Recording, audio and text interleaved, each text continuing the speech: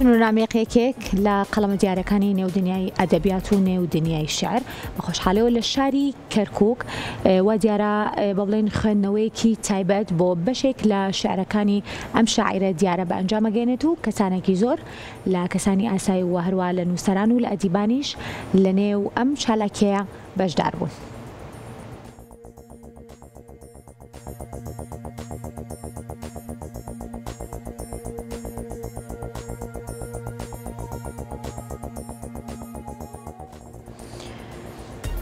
لە هۆڵی کتێبخانەی کارێز لە کەرکووک کۆڕێک بۆ لێکۆڵینەوە لە بەرهەمە شعرەکانی شاعیر چنوورنامی قساس کرا. کۆڕەکە بە دروشمی کرانەوەی دەق و ڕەنگەکانی ترافیک ساز کرا بوو.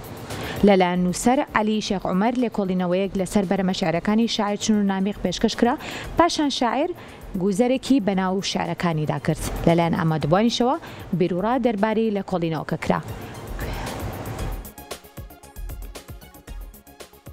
داخۆ بێتەوە کە هاتووە شتێکی معنەوی بەستووە بە شتێکی مۆزوعیەوە. لەو شتە مۆزوعیە با بڵێن هاتووە علاقەیەکی دەرونی خۆی یا با بڵێن پەیوەندیەکی خۆشەویستی بەستووە بە ترەفەکلایەتەوە.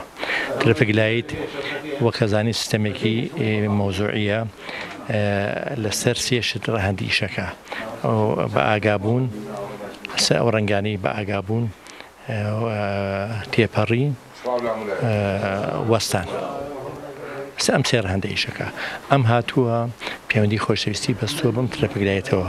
ئایا خۆشەویستی وەکو هەموو سیستەمەکانی تر پابەندە بەم شتانەوە؟ ئەم هاتووە دابڕانێکی لەگەڵ ئەو چەمکە دروست کردووە بەوەی کە خۆشەویستی بابەت نییە بە هیچ بابەتێکی عەقلانیەوە، بابەت نییە بە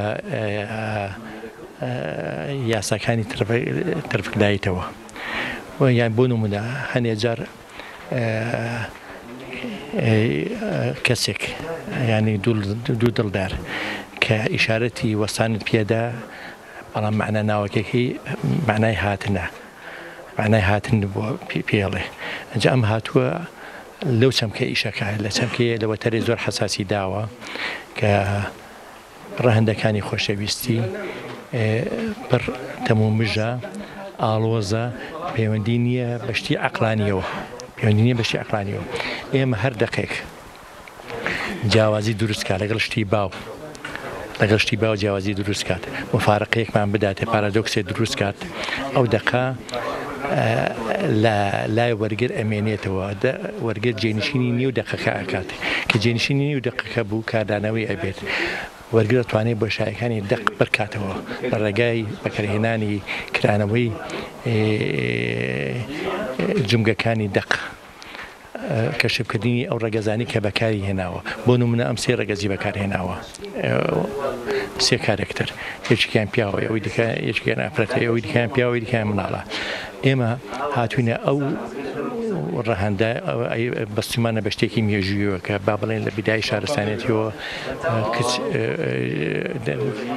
دەسەڵاتدار بووە، دوایی هاتوۆتە سەر پیاو کە لە ئیستەیە بە عوقدەیەوە دیبی، ئەنجا هاتوۆتە پیاوی داتە دەست مناڵەوە. ئەمانەی هەموو بەستووە بە شتێکی زۆر ناسکەوە، بە شتێکی سروشتیەوە کە سروش دەبانە هەموو شتێکەوەیە بەسویتی بەگوڵەوە.